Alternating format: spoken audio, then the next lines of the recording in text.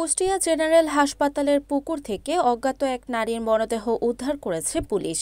আজ শনিবার 11 অক্টোবর সকালে স্থানীয়দের চোখে পড়ে পুকুরে ভাসমান মরদেহটি। খবর পেয়ে কুষ্টিয়া মডেল থানা পুলিশ ঘটনাস্থলে পৌঁছে মরদেহটি উদ্ধার করে হাসপাতালের মর্গে পাঠায়। পুলিশ ও স্থানীয় সূত্রে জানা গেছে, আজ সকালে পুকুরে ভাসমান মরদেহটি দেখে স্থানীয়রা থানায় খবর দেয়। পরে পুলিশ এসে মরদেহটি উদ্ধার করে।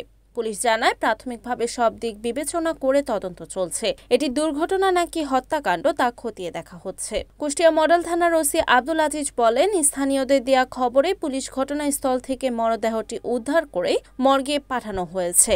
এ সময় একটি বাটন মোবাইল ও পায়ের স্যান্ডেল উদ্ধার করা হয়েছে।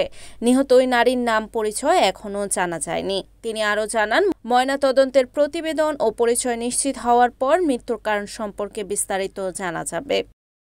Report Nazmul Hasan, ADN TV, Kushtia.